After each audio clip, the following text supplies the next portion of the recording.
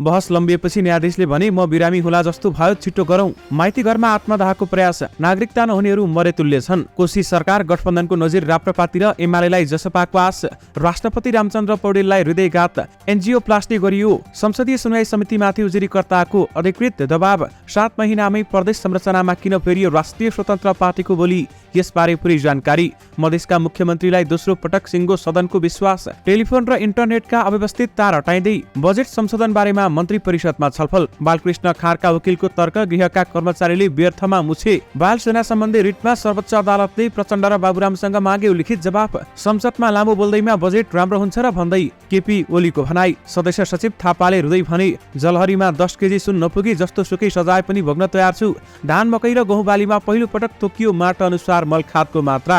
बालुवाटारमा सत्तारूढ दलका शीर्ष नेताहरूबीच बजेट संशोधन गर्ने सहमति। रावणको रोलबाट पछि हटे यस भन्छन्, फ्यानको भावना विरुद्ध जान सक्दिन। खाँडका वकिलहरूलाई न्यायाधीशहरूले भने, तपाईहरूको अदालत निरीह भयो। विश्वकप छनौट अघिको वार्मअप खेलमा नेपाल पराजित। चोकचोकमा अग्ला बत्ती जडान गर्दै ललितपुर महानगर। कोशी प्रदेश अभियान विपरीत मुख्यमन्त्रीले दिए मन्त्रीहरूलाई थप जिम्मेवारी। इजलासमा 2 वरिष्ठ अधिवक्ताको भनाई, रिसिभी राखेर बालकृष्णको नाम पोलियो थुन्न मिल्दैन। काठमाडौँ महानगरपालिकाले तोड्यो 2वटा स्कुलमा लगाएको ताला। पहिलो पटक मलेसियाबाट भैरवा नेपाली एयरलाइन्सको व्यावसायिक उडान सुरु। राष्ट्रपति रामचन्द्र पौडेलको स्वास्थ्य अवस्था बुझ्न स्वास्थ्य मन्त्री अस्पतालमा। अन्तर प्रदेश चल्ने सवारी साधनले संघबाटै अनुमति लिन अनिवार्य गरिँदै। बारका पूर्वाध्यक्षको बहस, बालकृष्ण खाँडलाई फसाउन राज्य लाग्यो। बजेटको आकार गडबड नगरी आयोजना परिवर्तन गर्ने सत्ता गठबन्धनमा सहमति। राष्ट्रपति रामचन्द्र पौडेललाई हृदयघात। 40 किलोमिटर पर कोकाहाको पानी धरानमा झारेपछि किन रोए धरानका मेयर हर्क साम्पाङ, यसबारे पूरै जानकारी। निजी विद्यालयको हतार, यसै नतिजा प्रकाशित नहुँदै 11 मा भर्ना सुरु। नागरिकता विधेयक प्रमाणीकरण सम्बन्धी रिटको पेशी असार 3 गते तोकिने।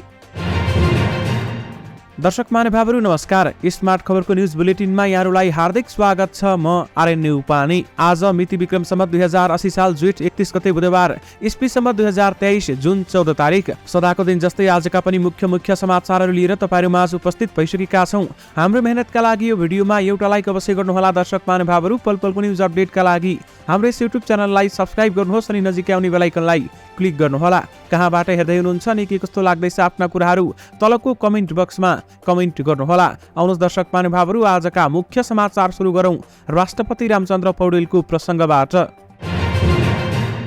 राष्ट्रपति रामचन्द्र पौडेललाई हृदयघात माइल्ड हार्ट अट्याक भएको छ र उनको एन्जियोप्लास्टिक पनि गरिएको छ। मंगलबार बिहान असहज महसुस भएपछि राष्ट्रपति रामचन्द्र पौडेल शहीद गंगालाल राष्ट्रिय हृदय केन्द्र पुगेका थिए। अस्पताल स्रोतका अनुसार पौडेलको मुटुको दाहिनेतर्फ एउटा नसा 70% बन्द भएको पाइएको छ। श्वास प्रश्वास र छाती भारी हुने समस्या भएपछि अस्पताल आउनु भएको थियो। उपचारमा संलग्न एकजना चिकित्सकले हामीसँग भने उहाँलाई मायोकार्डियल इन्फ्राक्सन हृदयघात भएको हो। उनका अनुसार राष्ट्रपतिको मुटु दाहिनेतिरको नसाबाट तार हालेर जाली खोले रगत सञ्चालन गरिएको छ। पौडेल छाती दुख्ने, भारी हुने, गाह्रो हुने लगायतका समस्या भएपछि अस्पताल पुगेका थिए।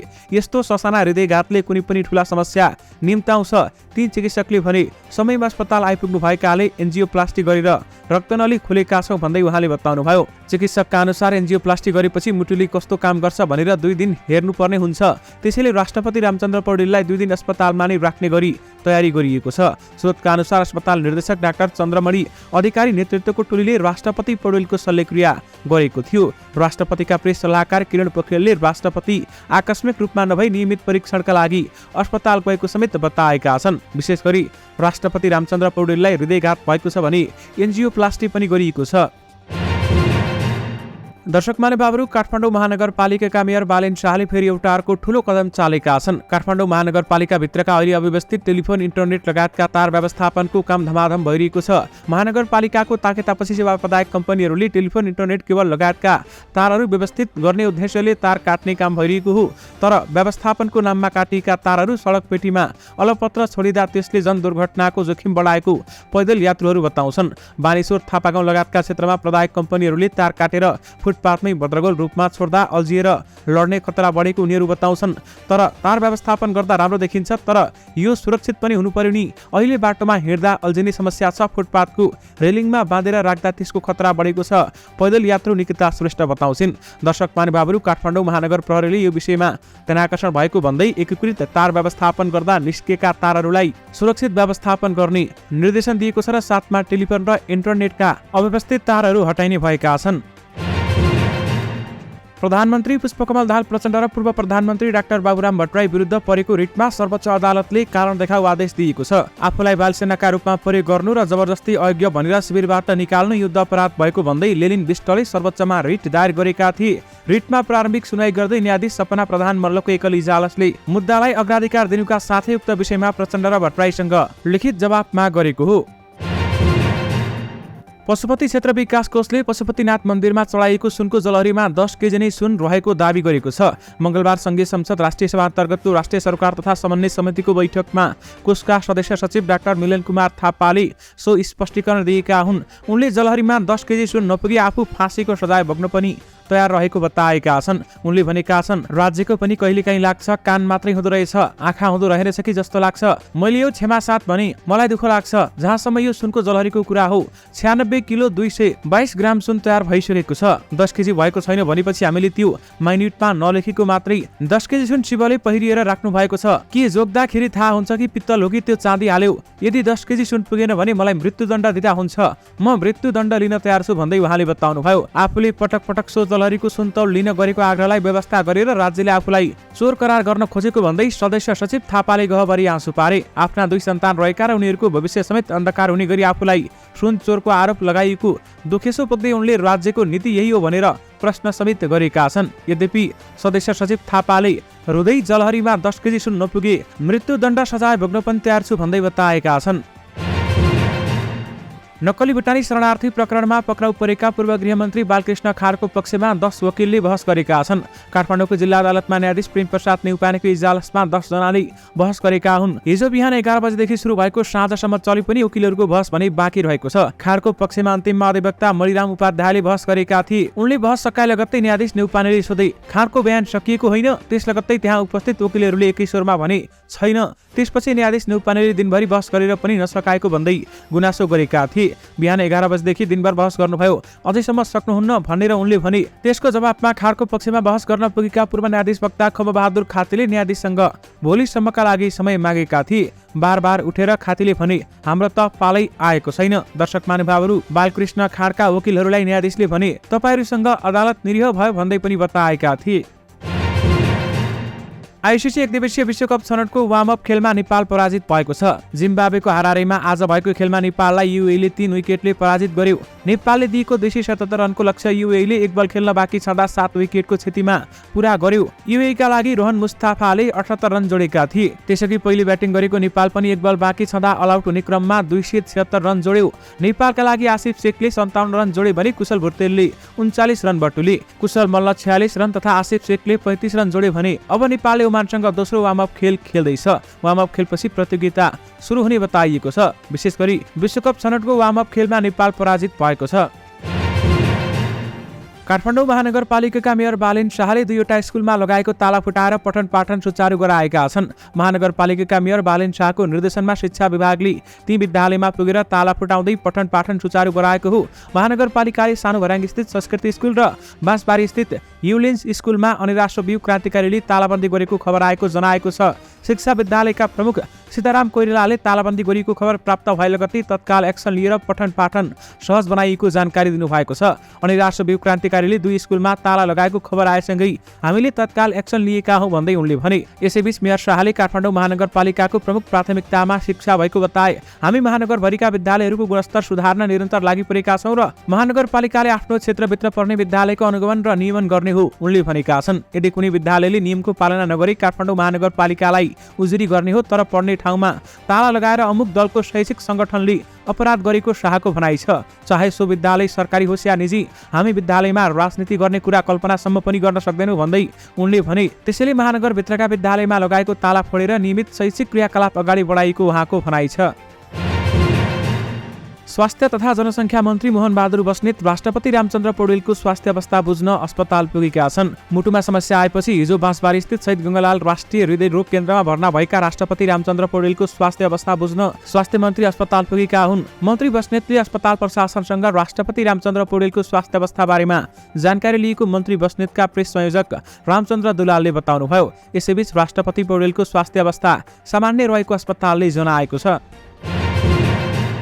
अन्तर्प्रदेश सञ्चालन हुने सबै सार्वजनिक सवारी साधनले सञ्चालनका लागि आवश्यक अनुमति र परीक्षण सङ्घीय सरकार अन्तर्गत विभागमा गर्नुपर्ने भएको छ। अन्तर्प्रदेश सञ्चालन हुने सवारी साधनमा बाटो इजाजत पत्र स्तर कायम जाँचपास प्रदूषण परीक्षण गर्ने अधिकार सङ्घीय सरकारको भए पनि अहिलेसम्म प्रदेशले नै गर्दै आइरहेको विभागका प्रवक्ता ईश्वरी दत्त पनेरुले बताए। उनका अनुसार यात्रुभाग र मालभाग दुवै सवारी साधनमा यो नियम लागू गराउन लागि हो। संविधान अनुसार अन्तर्प्रदेश चल्ने सवारी साधनको व्यवस्थापन विभागको कार्यक्षेत्र भए पनि प्रदेश अन्तर्गत कार्यालयहरूले काम गर्न नछाडेको बताए। कार्यालयले सेवा लिन आएका सेवाग्राहीलाई अनुमति दिइरहेको समेत उनले जानकारी दिएका छन्। विभागमा अहिले व्यवसायी लगायत सबैलाई विभागमा बोलाएरै सङ्घीय कार्यालयबाट अनुमति लिन भनेको बताइएको छ। विशेष गरी अन्तर्प्रदेश चल्ने सवारी साधनले सङ्घबाटै अनुमति लिन अनिवार्य गरिँदैछ।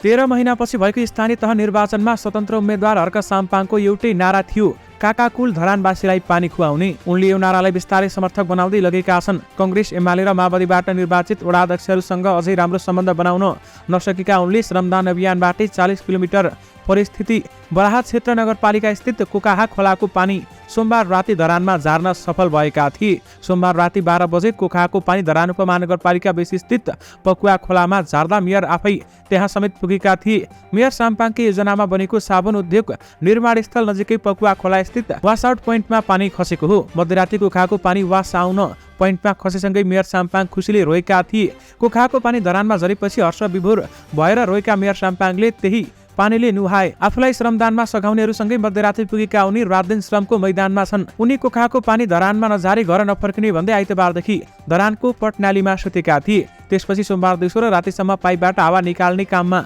उनी सक्रिय थिए। दिनरातको मेहनतपछि कोकाहाको पानी राति 12 बजेपछि धरानमा खस्यो। मेयर त्यसको आधा घण्टापछि पकुवामा पुगेका थिए। कोकाहाको पानी खसेको देखेपछि उनी भावुक भएर रोए।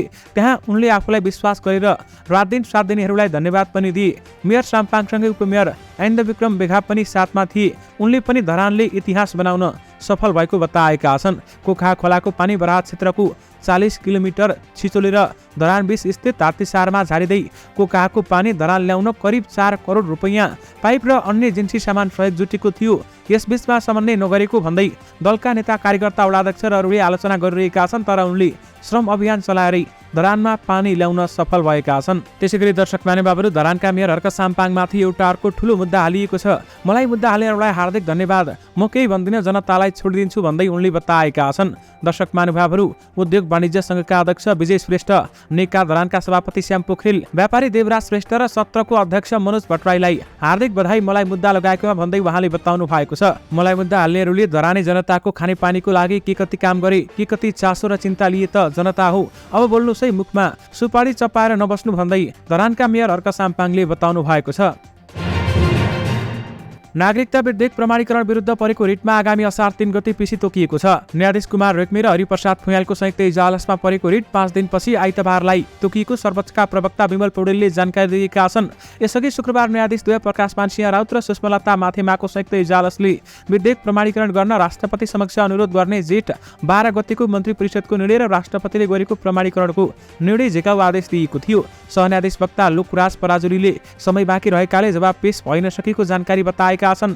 तत्कालीन राष्ट्रपति विद्यादेवी भण्डारीले प्रमाणीकरण नगरेको नागरिकता विधेयक राष्ट्रपति रामचन्द्र पौडेलले संविधान विपरीत प्रमाणीकरण गरेको भन्दै वरिष्ठ अधिवक्ता सुरेन्द्र भण्डारीले सर्वोच्चमा रिट दायर गरेका थिए। यसअघि प्रारम्भिक सुनवाई गर्दै अदालतले उक्त विधेयक कार्यान्वयन नगर्न भनेको छ। दर्शक महानुभावहरू, माइती घरमा आत्मदाहको प्रयास गरिएको छ। नीरज कुमार कामत राष्ट्रिय ट्रमा सेन्टरको आकस्मिक कक्षको बेडमा छन्। नागरिकता माग्दै माइती घरको सडक सङ्घर्षमा गरिरहेका कामतले मंगलबार अपराह्न आफ्नै जिउमा पेट्रोल खनाए। त्यस क्रममा केही पेट्रोल निलेकाले उनी बोल्नै सकेका छैनन्। 5 वर्षदेखि नागरिकता प्राप्तिको आन्दोलनमा भौतारी रहेका कामत जस्ता सयौं मानिस यतिखेर राजधानीको माइतीघर मण्डलामा आन्दोलन गरिरहेका छन्। बुवा आमा बाजे बजैले जन्मका आधारमा नेपाली नागरिकता पाए पनि कामत जस्ता तेस्रो पुस्ताले नागरिकता पाएका छैनन्। 17 जेठमा राष्ट्रपति रामचन्द्र पौडेलले नागरिकता विधेयक प्रमाणीकरण गरेका थिए। यो कानूनले जन्मका आधारमा नागरिकता लिएका नेपालीका सन्तानलाई वंशजको नागरिकता दिने व्यवस्था गरेको छ। तर राष्ट्रपतिले विधेयक प्रमाणीकरण गरेको 2 दिनपछि 19 जेठमा परेको एक मुद्दामाथि सुनवाई गर्दै सर्वोच्च अदालतले नागरिकता विधेयक तत्काल कार्यान्वयन नगर्न अन्तरिम आदेश जारी गरेको छ। सर्वोच्चको आदेशले आफूहरूले नागरिकता नपाउने भएपछि जन्मका आधारमा नागरिकता लिएकाहरूको सन्तानले नागरिकता पीडित सङ्घर्ष समितिको नामबाट 1 हप्तादेखि माइती घरमा आन्दोलन गरिरहेका छन्। यो मुद्दामा सर्वोच्च अदालतमा मङ्गलबार सुनवाई हुँदै थियो, तर रिट निवेदक बालकृष्ण न्युपानेले अदालतमा आएर बहस गर्न नभ्याउने भनेपछि सर्वोच्चले यो मुद्दालाई हेर्न नभ्याउनेमा राख्यो। मुद्दाको छिनोफानो हुन्छ भनेर माइती घरमा पर्खिरहेका निरज कामत यो खबर सुने लगत्तै पेट्रोल खोज्न दौडिए। खै कतैबाट हो पेट्रोल ल्याएर टाउको मुखमा खनाए। अस्पतालमा कामतको हेरचाह गरिरहेका सुरज चौधरी सुनाउँछन्। त्यसपछि पुलिस र हामीले रोक्यौं। प्रहरी र कामतका साथीहरूले रोक्दा रोक्दै पनि कामत पेट्रोलले नेतृत्व भए। आफैमाथि पेट्रोल खनाउँदा केही पेट्रोल उनले निल्न पुगे। उपचारमा खटिएका स्वास्थ्य कर्मीहरूका अनुसार कामतको अवस्था खतरामुक्त छ। कामतको हेरचाहमा खटिएका सुरज चौधरीका अनुसार कामतको परिवारका बुवा आमा बाजे बजेले जन्मका आधारमा नेपाली नागरिकता पाएका छन्। बाबु बाजेको नागरिकता देखाएर आफ्नो नागरिकता बनाउन जाँदा कामतले नागरिकता पाएनन्। कामत दाई 5 वर्षदेखि नागरिकताका लागि लडिरहनु भएको छ भन्दै सुरज भन्छन्। ब्याचलर पास गर्नुभयो तर नागरिकता छैन भनेपछि कसैले जागिर पनि दिएन। नागरिकता नहुँदा आफूहरूले मोबाइलको सिम कार्ड, बैंक खाताको सुविधा समेत उपयोग गर्न नपाएको चौधरीले बताएका छन्। दर्शक महानुभावहरू, यसबारेमा तपाईहरूको धारणा के छ हामीलाई यो भिडियोको कमेन्ट बक्स मार्फत बताउन पनि नबिर्सनुहोला। राष्ट्रिय स्वतन्त्र पार्टी रासपाले प्रदेश संरचनामा पूर्वधारणालाई परिवर्तन गर्ने संकेत गरेको छ। महामन्त्री मुकुल ढकालले नीति विस्तार कार्यशालामा प्रस्तुत गरेको दस्तावेजमा मुख्यमन्त्रीको पद हटाइएको छ। प्रदेश सरकार प्रमुखको रूपमा प्रदेश गभर्नरको व्यवस्था गरिने दस्तावेजमा उल्लेख गरिएको छ। गत मङ्सिरको चुनावअघि रासपाले ल्याएको प्रतिबद्धता पत्रमा मुख्यमन्त्री पदलाई स्वीकार गरिएको थियो, तर अहिलेको जस्तो संरचनालाई हुबहु स्वीकार नगरेका कारण निर्वाचनमा पनि भाग लिएन। अहिले नयाँ प्रस्तावमा मुख्यमन्त्री नै नहुने उल्लेख छ। गत साता काठमाडौँमा राखिएको कार्यशाला नीति तथा विचार विभाग प्रमुख समेत रहेका महामन्त्री ढकालले नयाँ युगको नयाँ संकल्प दस्तावेज कार्यशालामा प्रस्तुत गरेका थिए, जसमा प्रमुखका रूपमा प्रदेश गभर्नर रहने प्रस्तावमा उल्लेख छ। प्रदेश गभर्नर सम्बन्धित प्रदेशका मतदाताले प्रत्यक्ष चुनाव मार्फत छान्ने महामन्त्री ढकालको प्रस्तावमा उल्लेख छ। सहभागी मध्ये धेरैजनाले दस्तावेजको संशोधन र पुनर्लेखनको माग गरेको केन्द्रीय सदस्यले बताए। चुनावअघि ल्याएका प्रतिबद्धता पत्र भन्दा बाहिर गएर किन प्रदेश संरचनाको फरक परिकल्पना गरियो, दस्तावेज प्रस्तुत गर्ने खुलाउनु भएको छैन। रासपाका एक नेता भन्छन् त्यस्ता धेरै कुरा छन्, यसको जवाब पाइँदैन भन्दै उहाँले बताउनुभयो। विशेष गरी 7 महिनामै प्रदेश संरचनामा रासपाको बोली फेरिएको बताइएको छ। सरकारले 47 वर्षपछि नेपालको कृषियोग्य भूमिमा माटोको अवस्था प्रकार र अनुसार 3 प्रमुख बालीमा मल परेको नयाँ मापदण्ड बनाएको छ। नेपाल कृषि अनुसन्धान परिषद नार्क अन्तर्गतको नेपाल बिउ तथा मल परियोजना खुमलटारले सोमबार स्थान र माटो अनुसार धान, मकै र गहुँ बालीमा हाल्नुपर्ने मलखाद परेको मात्रा तोकेको हो। अब किसानले आफ्नो क्षेत्र र माटोको गुणअनुसार फरक फरक मात्रामा मल प्रयोग गर्न सक्छन्। सन् 1976 मा सरकारले मलखादको मात्रा तोकेको थियो, तर त्यसबेलामा सबै ठाउँमा समान खालको मलखाद परेको प्रणाली विकास गरेको थियो। नयाँ मापदण्ड तोकिए पनि पुरानो प्रणाली तोकिएको नार्कका माटो वैज्ञानिक डाक्टर श्रीप्रसाद विष्टले जानकारी दिए। उनका अनुसार अब स्थानीय स्तरको माटोको उर्वरा शक्ति र खाद्यान्नको उत्पादकत्व मलखाद परेको मात्रामा फरक फरक हुनेछ। कृषि तथा पशुपक्षी विकास मन्त्रालयका अनुसार 4 वर्ष लगाएर नेपाल कृषि परिषद, राष्ट्रिय कृषि अनुसन्धान प्रतिष्ठान, राष्ट्रिय माटो अनुसन्धान केन्द्र र अमेरिकी सहयोग नियोग USAID र अन्तर्राष्ट्रिय मकै तथा गहुँ सुधार केन्द्र मिलेर नयाँ विवरण तयार पारेको भन्दै बताइएको छ। अब धान, मकै र गहुँ बालीमा पहिलो पटक माटो अनुसार मलखादको मात्रा तोकिएको छ। सत्तारूढ दलका शीर्ष नेताबीच आगामी आर्थिक वर्ष 2080-81 को बजेटमा संशोधन गर्ने सहमति भएको छ। बजेटको विनियोजन असन्तुलित भएको गुनासो आएकाले ती गुनासोलाई सम्बोधन गर्ने सहमति भएको प्रधानमन्त्रीका प्रमुख राजनीतिक सल्लाहकार हरिबुल गजरुलले हामीलाई बताए। बजेट पारित नहुँदै केही शीर्षकमा मिलाउन मिल्छ भनेर आएको छ। मिलेसम्म त्यसरी मिलाउने, नमिलेका विषयमा पनि बजेट पारित गरेपछि पनि मिलाउने भन्ने भएको छ। गजरुलले भने उनका अनुसार कम बजेट परेका क्षेत्रमा थप्ने, बढी भएका क्षेत्रमा घटाउने विषयमा नेताहरूबीच सहमति भएको छ। संसदमा प्रस्तुत भएको बजेट त जस्ताको तस्तै पारित गर्नुपर्ने व्यवस्था छ नि त भन्ने प्रश्नमा गजरुलले भने कतिपयले अहिले मिलाउने, नमिलेका विषय पछि मिलाउने भन्ने भएको छ। बजेट वक्तव्यमा उल्लिखित करका दर संशोधन हुने वा नहुने विषयमा भने आफूलाई जानकारी नभएको गजरुलले बताए। खास गरी सत्ता साझेदार दल नेकपा एकीकृत समाजवादीका अध्यक्ष माधव कुमार नेपालले सार्वजनिक रूपमा नै बजेट संशोधन गर्नुपर्ने बताउँदै आएका थिए। दर्शक महानुभावहरू, बालटारमा सत्तारूढ दलका शीर्ष नेताहरूबीच बजेट संशोधनको सहमति भएको छ। बजेटका विरोध गरेका दलहरू नै सहमत भएका छन्। यसबारेमा तपाईहरूको धारणा हामीलाई कमेन्ट बक्समा बताउनुहोला। ललितपुर महानगरले चोकचोकमा हाई मास्ट स्मार्ट सडक बत्ती अग्ला बत्ती जडान गर्ने काम गरिरहेको छ। महानगरले महानगरका विभिन्न 12वटा चोकमा अग्ला बत्ती जडान गरिरहेको ललितपुर महानगरपालिकाका मेयर श्री बाबु महर्जनले जानकारी दिनुभयो। उनका अनुसार अहिलेसम्म 4वटा स्थानमा अग्ला बत्तीहरू जडान भइसकेका छन्। यस्तै महानगरका पूर्वाधार शाखाका प्रमुख वरिष्ठ इन्जिनियर श्री कुमार महर्जनका अनुसार पुलचोक क्याम्पस महानगरपालिकाको भवन अगाडिको जावला खेल र लगन खेलमा अग्लो बत्ती जडान भइसकेको छ। अब अन्य ठाउँमा जडान गरिने काम हुँदैछ भन्दै बताउनुभयो। पूर्व गृहमन्त्री बालकृष्ण खाँडको तर्फबाट मंगलबार वरिष्ठ अधिवक्ता महादेव यादव र प्रेम बहादुर खड्का सहित 10 जनाले बहस गरेका छन्। वरिष्ठ अधिवक्ता यादव र खड्काले बालकृष्ण खाँड शरणार्थीको नाममा भएको ठगीमा संलग्न नभएको जिकिर गरेका छन्। वरिष्ठ अधिवक्ता यादवले अदालतमा खाँडले गरेको इन्कारी बयानका अनुसन्धानमा प्राप्त दोषीभन्दा विपरीत नभएको बताएका छन्। जाहेरवाला प्रेमराज पन्थीको जाहेरीको पेट बोलीमा गिरुवाका सदस्यले गृहमन्त्री आफ्नै मान्छे हुन् भन्ने बेहोरा मात्र उल्लेख गरेको यादवले बताएका छन्। उनले भने सहप्रतिवादीलाई 3 पटकसम्म बयान गराएर पोल्न लगाएको छु, यस्तै परिपाटी नै छ। सचिव टेकनारायण पाण्डेले लेखेको र नरेन्द्र केसीबाट बरामद गरिएको भनिएको कागजको आधिकारिकता बारेमा वरिष्ठ अधिवक्ता यादवले प्रश्न पनि गरेका छन्। चिट प्रहरी मेड हो कि प्रतिवादी मेड हो? काठमाडौँ जिल्ला अदालतको 25 नम्बर इजलासमा यादवले भने त्यस बेलामा सचिव हिरासतमा छन्, हिरासतमा पत्र लेख्दै सुविधा हुँदैन भन्दै बताइएको छ। इजलासमा 2 वरिष्ठ अधिवक्ताले रेसिपी राखेर बालकृष्ण नामको पोलियो थुन्नै मिल्दैन भन्दै बताइसकेका छन्। यद्यपि बारका पूर्व अध्यक्षको बहसमा समेत बालकृष्ण खाँडलाई फसाउन राज्य लाग्यो भन्दै आरोप लगाइएको छ। गत वर्षको माध्यमिक शिक्षा परीक्षा एसईको नतिजा प्रकाशित भएको छैन। राष्ट्रिय परीक्षा बोर्डले आगामी असार तेस्रो सातामा नतिजा सार्वजनिक गर्ने जनाएको छ।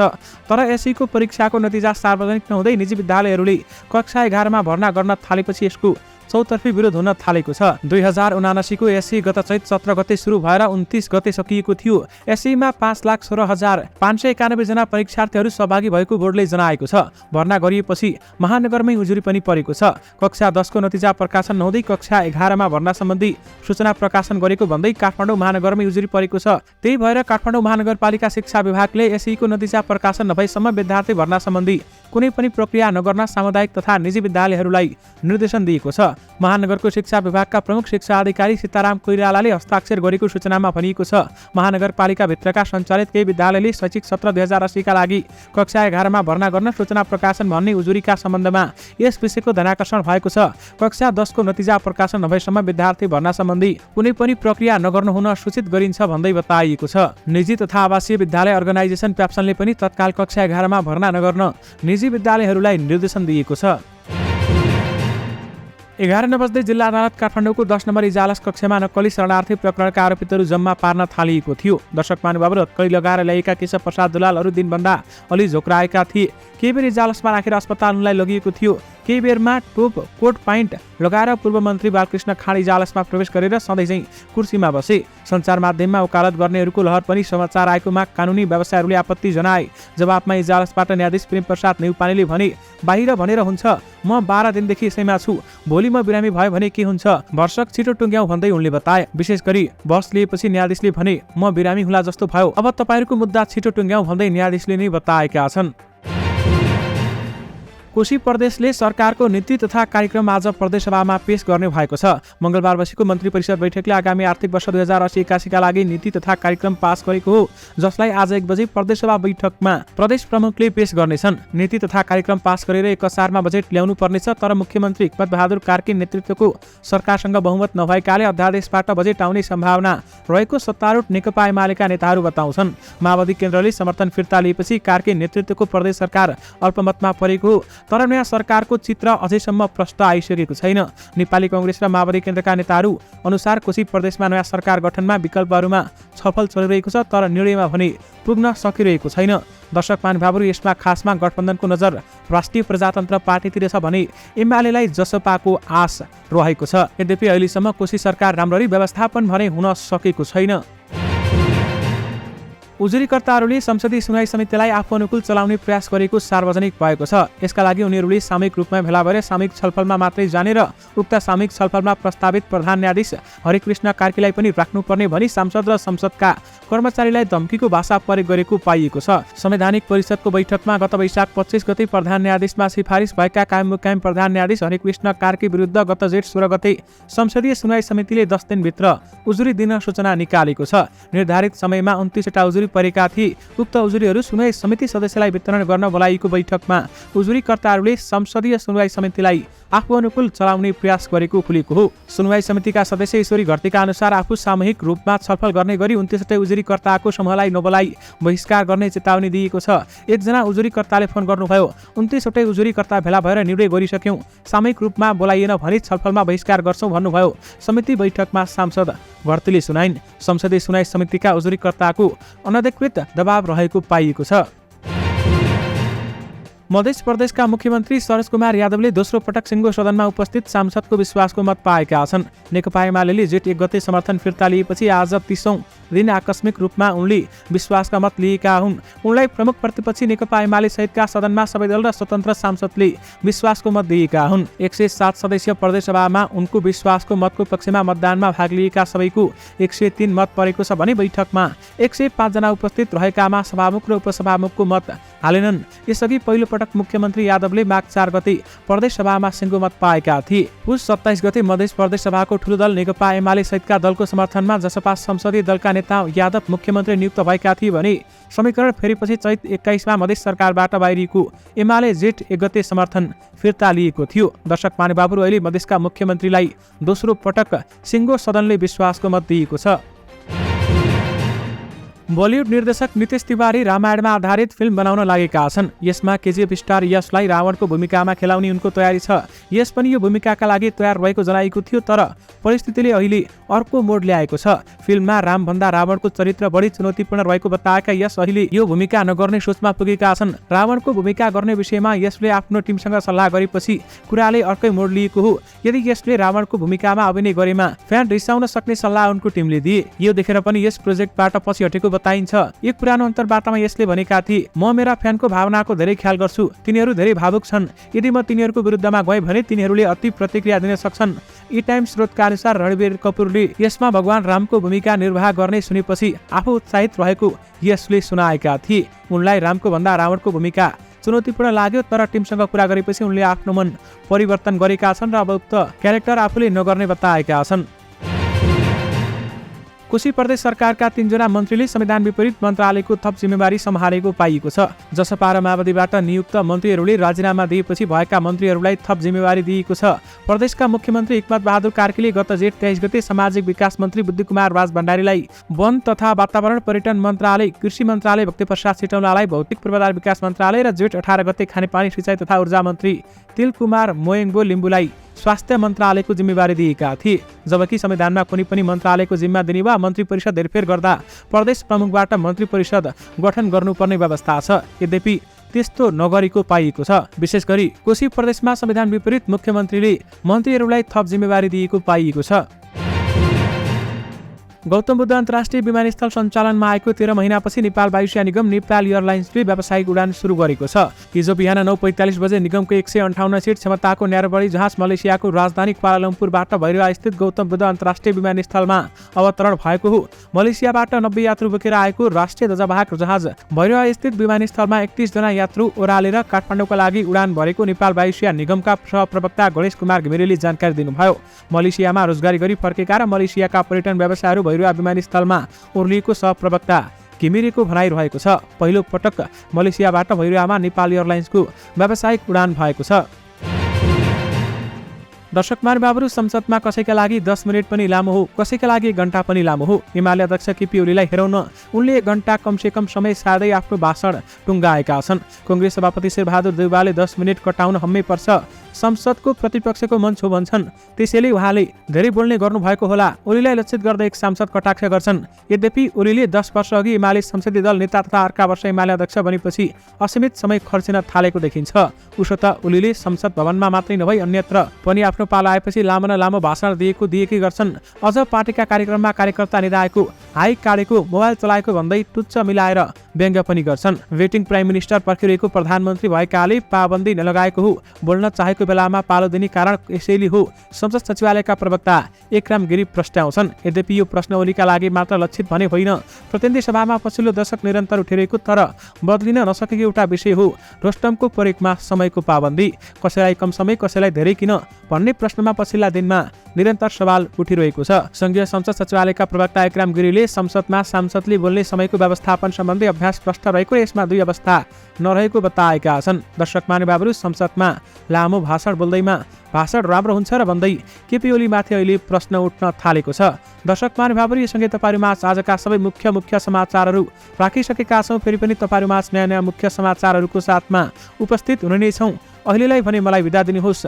नमस्कार।